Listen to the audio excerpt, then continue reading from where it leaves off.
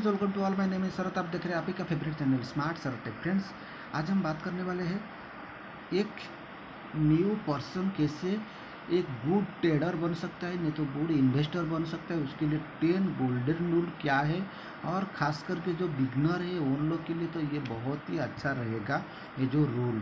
तो फ्रेंड्स, चलिए स्टार्ट करते हैं आज का टॉपिक को। तो फ्रेंड्स, टॉपिक स्टार्ट करने से पहले मैं एक चीज़ बोलना चाहूँगा। अगर आप लोग अभी तक मेरे चैनल में न्यू हो कि फर्स्ट टाइम मेरा चैनल रीड कर रहे हो, तो जाके सब्सक्राइब कीजिए मेरा चैनल, और लाइक कमेंट्स अगर आपको अच्छा लगता है तो लाइक करने के लिए मत भूलिएगा। तो फ्रेंड्स, अगर एक पर्सन को डिमाट जो कि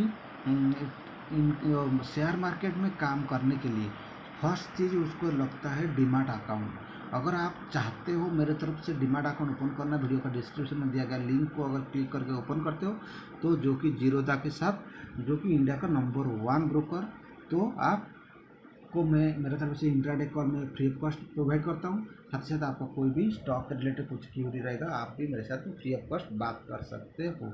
तो फ्रेंड्स, जैसे कि हम लोग मैं बोला, अगर एक पर्सन को अगर शेयर मार्केट में काम करना है, सबसे पहले उसको ज़रूरत पड़ता है डीमैट अकाउंट। डीमैट अकाउंट होना ज़रूरी है, नहीं तो आप शेयर मार्केट में काम नहीं कर पाओगे। तो आपको डीमैट अकाउंट ओपन करने के लिए आपको क्या क्या चाहिए ना, आपको आधार कार्ड का photocopy, Aadhaar card, PAN card, 6 month bank statement, अगर आप जॉब करते हैं तो जॉब का भी 6 मंथ का सैलरी स्लिप, और आपको एक कैंसिल चेक भी ज़रूरत पड़ता है डीमैट अकाउंट ओपन करने के लिए। तो फ्रेंड्स, पहले हम लोग सीखते हैं what is the share market. Share market क्या है ना, ये it is the part of ownership in company. Suppose आपने कोई कंपनी का एक शेयर ले लिए, मीन्स आप वो कंपनी का एक ओनरशिप लिए, आप वो कोनो कंपनी में ओनरशिप आपका रह गया है, उसको बोलते हैं शेयर। और शेयर मार्केट ना like other market process of buying and selling of shares happens in share market third stock exchange. Means अपना जो दो एक्सचेंज है, एक बीएससी और एक एनएससी, दो एक्सचेंज है, स्टॉक एक्सचेंज जो कि गवर्नमेंट अप्रूव। अगर ये है शेयर मार्केट, उसका थ्रू हम लोग का सब कुछ उधर से ही हम लोग का सब डिमांड का जो भी कारोबार होता है। तो फ्रेंड्स, देन और एक चीज़ देखेंगे, इंडिया में आपको जैसे कि मालूम है 135 करोड़ पॉपुलेशन है। तो डिमांड अकाउंट हमारे पास कितना है, आप सोचे कभी देखें, कभी चेक किए? तो देखिए फ्रेंड, 2.5 करोड़ ओनली हमारा पास डिमांड अकाउंट है। तो उसका रेशियो देखेंगे तो लेस देन 2%। तो 2% से भी कम आदमी जो कि इंडियन स्टॉक मार्केट में इंडिया पीपल पॉपुलेशन काम करते हैं। बट उसको कंपेयर करेंगे अमेरिका से, अमेरिका में देखिए 72% पॉपुलेशन जो कि शेयर मार्केट के ऊपर काम करते हैं पर डे।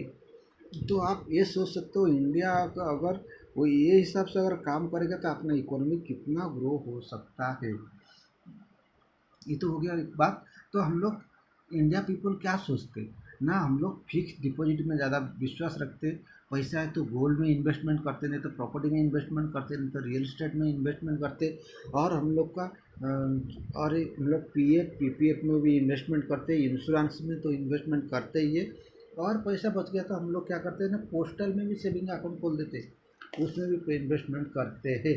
बट हम लोग कभी सोचते नहीं जिस शेयर मार्केट में भी इन्वेस्टमेंट करना चाहिए, क्योंकि हम लोग इधर डर लगता है, क्योंकि हम लोग का नॉलेज ही नहीं इसमें। इसलिए नॉलेज लेने के लिए आपको क्या करना पड़ेगा ना, लर्न करना पड़ेगा। लर्न नहीं करोगे नॉलेज नहीं मिलेगा। नॉलेज नहीं, अगर आप इंटरेस्ट, फर्स्ट चीज़ तो आपका इंटरेस्ट, शेयर मार्केट में काम करने के लिए आपका इंटरेस्ट होना चाहिए। आजकल गूगल में तो ईच एंड एवरी मिल जाता है, आप बात का उसमें गूगल से आप लर्न कर सकते हो। अगर ज़्यादा टेक्निकल चाहिए, ऐसा कुछ नहीं कि एक इन्वेस्टर बनने के लिए आपको ज़्यादा टेक्निकल नॉलेज ज़रूरत ही है। इन्वेस्टमेंट करके आप देखो, आपको बहुत ही अच्छा रिटर्न मिलेगा, जो कि एफडी का, गोल्ड का, प्रॉपर्टी का ऊपर, जो इंश्योरेंस का ऊपर, सेविंग अकाउंट में जो आप इन्वेस्ट जो मिलता है रिटर्न, उसमें कहीं गिना आपको जो कि शेयर मार्केट में प्रॉफिट मिलता है। तो फ्रेंड्स, जो शेयर मार्केट में काम करने के लिए टाइप ऑफ ट्रेडर कितना टाइप का रहते हैं ना, 3 टाइप का। जैसे कि फर्स्ट है इंट्राडे ट्रेडर, और सेकेंड है पोजिशनल ट्रेडर, थर्ड है लॉन्ग टर्म ट्रेडर। तो इंट्राडे ट्रेडर का क्या है ना, एक दिन में माल लेना, एक दिन में बेच के निकल जाना है घर पे, जो परसेंटेज जो जो भी हमको मिला उतना है। पोजिशनल पोजिशनल क्या दिखता है ना, मैं 7 डे रखूँगा, नहीं तो 1 मंथ के अंदर मैं ख़त्म करके मेरा जो भी प्रॉफिट लॉस होता है मैं लेके निकल जाऊँगा। लॉन्ग टर्म ट्रेडर जो वो सोचता है मैंने 1 साल 2 साल 3 साल 10 साल के लिए मैं इन्वेस्टमेंट करूँगा और बड़ा अमाउंट भी लूँगा, ऐसा वो लॉन्ग टर्म ट्रेडर का सोच रहता है। तो आप क्या होना चाहते हो, एक इंट्राडे ट्रेडर? इंट्राडे ट्रेडर के लिए क्या क्या रूल चाहिए, इनकी पोजिशनल ट्रेडर के लिए क्या क्या रूल होना चाहिए, वो भी आपको समझ लेना चाहिए। मैं तो बोलूँगा अगर आप इंट्राडे करना चाहते हो कि पोजिशनली काम करना चाहते हो, पहला चीज़ आपका पास जो कैपिटल है वही कैपिटल का ऊपर आपको खेलना चाहिए, ना कि आप लोन लेके आके कैपिटल इन्वेस्टमेंट करना है शेयर मार्केट में, और वो उसका लोन का जो बर्डन आएगा आप कभी भी सहन नहीं कर पाओगे फ्रेंड्स। क्योंकि मैंने खुद ही मेरा आंखों में देखा है, जो लोन लेके शेयर मार्केट में पैसा डालने के बाद उनका हालत क्या हुआ है। तो फ्रेंड जो आपका पास कैपिटल है वही कैपिटल का ओनली 10% लेकर ही काम करेंगे शेयर मार्केट में, तो आप अच्छा पैसा निकाल सकते हो। हाँ, अगर आपने पूरा फुलफिल आप ट्रेडर है, आपको फुल टाइम ट्रेडर है, तो आप आपका प्लानिंग अलग हो सकता है। नहीं तो आप अब जैसे ऑफिस में काम करते हो, तो किधर काम करते हो, काम करने के बाद आपको जो टाइम मिलता है उसमें थोड़ा वो ट्रेड करने का, तो इसलिए मैं बोलूँगा आप लोग को 10% आपका कैपिटल का ट्रेडिंग करना चाहिए, ना कि आप पूरा पैसा डाल के लॉस करना चाहिए। तो फ्रेंड्स उसके बाद एक इंट्राडे ट्रेडर के लिए क्या क्या रूल होना चाहिए, और उसके पास एक डायरी होना चाहिए जो कि कॉल मैंने कौन सा शेयर लेना चाहिए, और वो शेयर उसका वॉच लिस्ट में भी होना चाहिए, और उसमें वो भी मेंशन होना चाहिए जो मैं अगर मेरा 100 रुपया में कोई शेयर को मैंने ट्रेड करूँगा, बाइंग करूँगा, मेरा टारगेट क्या होगा वो भी फिक्स होना चाहिए। सपोज मेरा टारगेट 2 रुपया, वो 2 रुपया ही मैंने एग्जिस्ट कर देना चाहिए। क्योंकि अगर मैं क्या सोचूंगा, नहीं 2 रुपया हो गया, अरे अभी अभी तो वो बढ़ेगा, फिर तो 3 रुपया में तो टारगेट, फिर वो क्या करते बढ़ा देते 4 रुपया करते, जैसे अगर 3 रुपया जाके मार्केट फिर रिटर्न हो जाता है तभी इनका स्टॉप लॉस हिट होता है। मीन्स अगर आप चाहोगे तो हाँ, आपको स्टॉप लॉस भी मेंटेन करना है, एस एल मेंटेन करना है। एस एल मीन्स आपका मिनिमम लॉस। सपोज कोई शेयर को आपने खरीद किया, एक शेयर 100 रुपया में, आपको लॉस कितना होगा वो भी, क्योंकि शेयर मार्केट है, इसमें लॉस होता है और प्रॉफिट होता है, आपको भी लॉस को भी देखना पड़ेगा और प्रॉफिट को भी देख कर काम करना पड़ेगा। तो अगर आपका एस एल मेंटेन नहीं करोगे, अगर 100 रुपये का शेयर लिया, अगर आपने एस एल मेंटेन नहीं किया, वो 80 रुपया हो गया आपका, कितना 20 रुपया का एक शेयर के ऊपर लॉसेस होता है। तो इसलिए इतना लॉस करके सेकेंड डे को आपका हिम्मत ही नहीं रहेगा काम करने के लिए। तो आपको एस एल मेंटेन करके ही लेना है। अगर 100 रुपया में आप काम करते हो, आपका 98 का एस एल होना ज़रूरी है, और साथ ही साथ आपका टारगेट भी होना चाहिए, जैसे कि 102 रुपया मैंने बोला, आपको ये टारगेट लेके ही काम करना चाहिए। और इमोशनल बाइंग और इमोशनल सेलिंग, अगर कोई शेयर रफ्तार से दौड़ रहा है, आप कंट्रोल नहीं कर पा रहे हो, नहीं नहीं मेरे को बाइंग करना है, बाइंग करना है, और जाके बाइंग कर दे, तो बाद में वो शेयर फिर नीचे रिटर्न करता है। इमोशनल हो के बाइंग सेलिंग नहीं करना है। अगर आपका पास फुल एनालिसिस आइडिया है तो जो दौड़ते हुए स्टॉक में आप एंट्री लो, नहीं तो छोड़ ही दीजिए। और आपका जो काम करने का जो स्टाइल होना चाहिए, जो कि एक शेयर, सपोज मैंने एसबीआई में एंट्री ले लिया, एक बार 100 रुपया में मेरा एंट्री लिया और 102 में मैंने एग्जिस्ट भी कर दिया, बाद में फिर आपको लगा जी फिर ये 100 रुपया में आया, फिर मैंने एंट्री लूँगा और 102 रुपया में एग्जिस्ट करूँगा। बट मेरा कैसा कहना है, अगर आपने एक शेयर में एंट्री लिए, एग्जिस्ट हो गए, तो सेम डे सेम शेयर में फिर री एंट्री नहीं करना चाहिए, जो कि मेरा ये कहना है। री एंट्री में क्या होता है ना फ्रेंड्स, कभी मार्केट घूम जाता है, कुछ पता नहीं चलता है, इसलिए री एंट्री में बिल्कुल नहीं, अगर आपका एनालिसिस परफेक्ट नहीं है तो। उसके बाद आपका पास क्या होना चाहिए ना, आपका पास फिक्स होना चाहिए कि मैं आज मेरा इतना टारगेट, मेरा 1000 का जो पर डे का मेरा जो टारगेट है, वही टारगेट लेके ही मैं बाज़ार से निकल जाओ। जैसे मेरे आपको लगा नहीं मेरा 1000 रुपया मेरा प्रॉफिट आ गया है और मेरे को मार्केट में नहीं बैठना है, क्योंकि क्या होता है ना, जिसके पास 1000 रुपये प्रॉफिट हो जाता है ना, वो ज़्यादा लालच में आ जाता है। तो वो क्या करता है, फिर एंट्री लेना चालू करता है। बाद में 1000 रुपया आगे आगे आगे चल के 5000 रुपया लॉस में बैठ जाता है। तभी वो क्या करता है ना, एग्जिस्ट नहीं ले पाता है, क्योंकि उसको लॉस बहुत बड़ा हो गया है।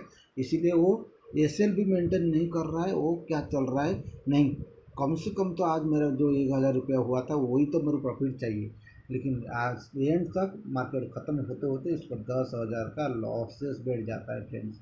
इसीलिए मैं बोल रहा हूँ, आपका टारगेट फिक्स होना चाहिए। जो पर डे मेरा 1000 रुपया होना चाहिए, कि पर डे में 500 रुपीज़ मेरा टारगेट होना चाहिए, कि पर डे मेरा 100 रुपीज़ का मेरा टारगेट होना चाहिए। ये मेरा बिगिनर के लिए मैं बोल रहा हूँ। तो फ्रेंड्स, आपका ये टारगेट फिक्स करना चाहिए। और एसएल भी आपका लॉस भी ऐसे आपको फिक्स करना चाहिए। नहीं मेरे को आज 100 रुपये का ही लॉस लेना है, उससे ज़्यादा लॉस नहीं लेना है। ये अगर आप सीख गए ना फ्रेंड्स। और एक चीज़ मैं बोलूँगा, मेरा जो ओपिनियन से, मैं फर्स्ट क्या किया था ना, मैंने भी काफ़ी लॉस किया है, काफ़ी लॉस, जो कि आपको मैं बोल ही नहीं सकता हूँ।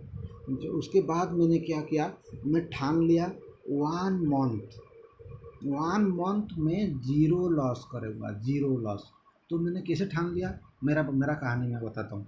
मैं शपथ लिया था, जे चाहे मैं कुछ भी शेयर की ट्रेडिंग करूँगा इंट्राडे, तो मेरा माइनस में मैं क्लोजिंग नहीं लूँगा 1 रुपया का। कैसा ना, मैं यही सोचा था। सपोज मैंने एसबीआई मैंने 100 रुपया का ऊपर ट्रेडिंग किया, 105 हो गया कि मेरा जो टारगेट है 105 मैंने लिया, ख़त्म कर दिया। अगर वो आया फिर 100 रुपया में आया ना, तो मैं उधर ही निकल जाऊँगा। फिर मेरा ग्रीन में ही मैं निकल जाऊँगा। मीन्स जैसे मेरा रेड आया नहीं, मेरा अकाउंट का जो डीमैट अकाउंट में वो उधर वो दिखना नहीं चाहिए, -1 रुपीज़ मेरा आ गया है। तो यही करके मैंने पर 1 मंथ मैंने किया काम। 1 मंथ काम करने के बाद मेरे को इतना हिम्मत आया फ्रेंड्स, मैंने सोच लिया नहीं मैंने प्रॉफिट ही कमाऊंगा। क्योंकि ना मैंने 7 दिन 20 डे के अंदर, 1 मंथ में 20 डे में मैंने 7 डे मेरा ज़ीरो प्रॉफिट और लॉस, ज़ीरो लॉस। क्योंकि मैंने जो रुपीज़ में लिया, जैसे मार्केट वही रुपीज़ में आया, मैंने एंट्री निकल दिया। ऐसा करके मैंने 1 मंथ काम करने के बाद मैंने, आपको नहीं बोल पाऊँगा फ्रेंड्स, मैंने इतना परफेक्ट हो गया। देन मैंने हमेशा ही प्रॉफिट की तरफ गया। जैसे कि पर डे अगर मेरा 50,000 का प्रॉफिट है, तो मैं लॉस कितना लूँगा, लॉस लूँगा ओनली 10,000। 10,000 का लॉस होने का बाद मैं निकल जाता हूँ। क्यों ना, मेरे प्रॉफिट जितना है लॉस उसमें जैसे 1:4 होना चाहिए। आपका 100 रुपया का अगर आपका इन्वेस्टमेंट की प्रॉफिट चाहिए, तो आपका 100 रुपये का, तो आपको 25 रुपया तक आपको लॉस बियर करना पड़ेगा। ये लॉस अगर इतना आप अगर लॉस करके चलोगे, तो मैं बोलूँगा आप एक अच्छा ट्रेडर बन पाओगे। उसके बाद इमोशनल, जैसे मैंने बोल दिया, कोई भी शेयर में अगर इंट्राडे कैसा काम होता है ना, इंट्रा में देखिए, एक कोई भाजी वाला ट्रॉली में भाजी लेके आता है और भाजी बेचता है। उसका थिंकिंग कैसा रहता है, सुबह ट्रॉली भर के भाजी लेके आया और उसका थिंकिंग है आज इवनिंग तक उसको मेरे क्लोज करना है। इंट्राडे ट्रेडर का क्या रहता है, सुबह तो बैठता है शेर जैसा, और शाम ढलते ढलते ढलते ढलते वो हो जाता है, मुंह छुपा के बैठता है, क्योंकि लॉसेस ज़्यादा लेके बैठ जाता है। तो इसीलिए आपको क्या करना है ना, भाजी वाला का जैसा एम होना चाहिए। आज मैंने, हाँ और एक चीज़, और कोई भाजी वाला आया, ट्रॉली लेके आया, उसका जो भी उसका जो वेजिटेबल बेच रहा है, उसका थिंकिंग कैसा है, आज इवनिंग तक मेरा पास जो ट्रॉली में जो इसमें जितना वेजिटेबल्स है, उसको शाम तक ही मेरे को कंप्लीट करना है। बट अगर वो स्टार्ट किया 10 रुपया केजी में, जैसा 2 बज गया वो 10 रुपया नहीं रखेगा, उसको लगा जाए उसमें हाफ मेरा बच्चा है, तो मैं 10 रुपया रखेगा तो मेरा एंड तक नहीं जाएगा। तो मैं क्या करेगा, मैं उस टाइम 5 रुपया कर देगा पर केजी। अगर 5 रुपया में नहीं जा रहा है, तो वो क्या करेगा ना, 2.5 रुपये मतलब 2.5 रुपया कर देगा उसका भाजी का रेट। तभी वो सेल करके निकल जाएगा। ऐसे आपको इंट्राडे ट्रेडर को करना चाहिए, जिद नहीं करना है मार्केट में। जिद करोगे तो मरना ही है। तो क्या, अगर मैंने 100 रुपये का कोई ट्रेड लगाया है, मेरे 2 रुपये का टारगेट दिया, अगर 2 रुपया नहीं आ रहा है, 1 रुपया आ रहा है, तो मेरे को 1 रुपया लेके निकल जाना है, ना कि मेरे को आके 98 का स्टॉप लॉस लेके चलना है। मेरे को स्टॉप लॉस नहीं लेना है। मेरे को क्या करना है, अगर 2 रुपया मेरा नहीं मिल रहा है तो 1 रुपया मिल रहा है, 1 रुपये में निकलना। भाजी वाला क्या कर रहा है इधर ना, 10 रुपया में देखा वो नहीं जा रहा है तो क्या करता है, 5 रुपया कर देता है। आपको भी ऐसा हाफ करना पड़ेगा, तभी तो आप इंट्राडे में काम कर पाओगे। अगर आपको हाफ रुपीज़ में भी, अगर अगर 1 रुपीज़ में भी आपका माल नहीं बेच पा रहा है, तो आप क्या करोगे ना, 50 पैसे का अंदर आपका माल बेच के निकल जाओ। क्योंकि इंट्राडे करते हो आपको 3:20 में आपको स्क्वायर अप होना ही है आपको। तो आपको आपका कैपिटल को सेव करना पड़ेगा, नहीं तो आप फंस जाओगे फ्रेंड्स, फंस जाओगे, जो कि नेक्स्ट डे के लिए आपका हिम्मत ही नहीं होगा इंट्राडे ट्रेडिंग करने के लिए। अगर इंट्राडे नहीं आता है तो छोड़ दीजिए, इंट्राडे नहीं करना है। अगर पोजिशनल काम करना चाहते हो तो पोजिशनल कर सकते हो, ऐसा कुछ ये नहीं है। पोजिशनल सपोज आज मैंने SBI का एक 100 रुपये का कोई शेयर लिया, उसको मैंने पोजिशनल लिया 5 दिन के लिए, अगर 103 रुपया हो गया तो मैं निकल गया। पोजिशनल काम करूँगा मैं। अगर मेरे को इंट्राडे नहीं आता तो इंट्राडे नहीं करना है सर। XYZ अगर इंट्राडे में अगर 1-1 लाख कमाता है, उसको देख के मैं भी ऐसा इंट्राडे उड़ा मारूंगा। तो मैं एक स्टोरी बताना चाहूँगा फ्रेंड्स। और मेरे पास ना एक फ़ोन आया, एक पर्सन का फ़ोन आया, सर मेरे को इंट्राडे करना है और कैसे करना है। मैं बोला इंट्राडे कभी किया है आपने? नहीं किया नहीं, आप मेरे को बताइए ना मैं कैसे करूँ काम। मेरे सर अगर ऐसे फ़ोन पे हो जाता था इंट्राडे काम ना, तो फिर कुछ नहीं होता था आज का दुनिया में। आपको इंट्राडे सीखा है क्या, कभी पोजिशनल सीखा है ना? वो क्या पोजिशनल क्या है सर? मेरा बाबा अभी क्या बोलूँगा। मैं बोला सर आपने ट्रेडिंग अकाउंट ओपन किया है ना? नहीं मैं अप्लाई किया है, हो जाएगा 2 दिन 3 दिन में। तो फिर ये देखिए फ्रेंड्स, ऐसे टाइप का ट्रेडर रहते हैं। तो आप वो हिसाब से ट्रेडर पहले सीखिए थोड़ा, उसके बाद चार्ट देखना चालू कीजिए। चार्ट आप बोलेंगे मेरे को तो कुछ चार्ट देखने को नहीं आता है, तो आप मैं क्या करूँ, आप एक काम करिए, कोई भी शेयर का चार्ट, जो शेयर आपको पसंद है, मैं जैसे कि मेरे को HDFC बैंक मेरे को पसंद है, मैं क्या करूँगा, HDFC का चार्ट पर डे जैसे क्लोज होने के बाद वो कौन सा कैसे प्राइस में गया और कैसे प्राइस में आया, उसको मेरे को एनालिसिस करना है। मतलब मेरे को एनालिसिस आता ही नहीं, मैं क्या करूँगा, हाँ इतना इतना तक गया, इतना 3 पॉइंट के बाद नीचे आया, फिर 3 पॉइंट ऊपर गया, फिर 3 पॉइंट नीचे आया, फिर 5 पॉइंट ऊपर गया। मीन्स क्या हो गया ना, ये 3 पॉइंट उसके लिए फिक्स था। मीन्स ये 3 पॉइंट उसके लिए फिक्स था। अगर मैंने इधर बाइंग किया, इधर मैं सेलिंग कर देगा, नहीं तो इधर सेलिंग करके इधर बाइंग करेगा, तो मेरे को 3 रुपया मिल जाएगा। इसको स्टडी कीजिए 1 मंथ। कोई भी शेयर को एनालिसिस अगर नहीं आता है, आप 1 मंथ तक वो चार्ट देखते रहिए, चार्ट देखते रहिए, तभी आपको मालूम पड़ जाएगा फ्रेंड्स। मैं सही बोल रहा हूँ, आपको मालूम पड़ जाएगा। ऐसा नहीं कि क्लासेस लेना चाहिए, ट्रेनिंग लेना चाहिए, ऐसा कुछ नहीं। अगर नहीं आता है तो पोजिशनल ट्रेडर बनिए, आस्ते आस्ते आपको इंट्राडे करना आइएगा। लेकिन इंट्राडे अकाउंट आज ओपन करने के बाद नेक्स्ट डे इंट्राडे में ही आपका शुरुआत होता है। इसलिए आप लॉस करके अकाउंट बंद करते बाद में बोलते हो शेयर मार्केट गंदा है। यही होता है शेयर मार्केट। जो भी न्यू व्यूअर्स आते, न्यू बिगनर आते मेरे पास, आपको विश्वास नहीं आएगा, कॉलेज स्टूडेंट कम से कम 75% है, जो कि 12-15 स्टैंडर्ड का मेरे पास कॉलेज स्टूडेंट है। मेरे से हमेशा व्हाट्सएप में पूछते हैं, सर ऐसे ऐसा आपने एनालिसिस किए थे, बहुत अच्छा गया, मैं भी ऐसा एनालिसिस करता हूँ सर, और क्या सीखूँ, कैसे सीखूँ, किधर है मिलेगा। ये सब उनका स्टडी करने का है। स्टडी अगर नहीं कर पाओगे फ्रेंड तो कुछ भी नहीं हो पाएगा। इसलिए आपको सीखना है। गूगल में आपको each and every candle stick मिलता है देखने के लिए, वो भी देखिए, सीखिए, तब भी आपको आगे चल के कुछ भी आपका लॉसेस तो मिनिमम होना चाहिए।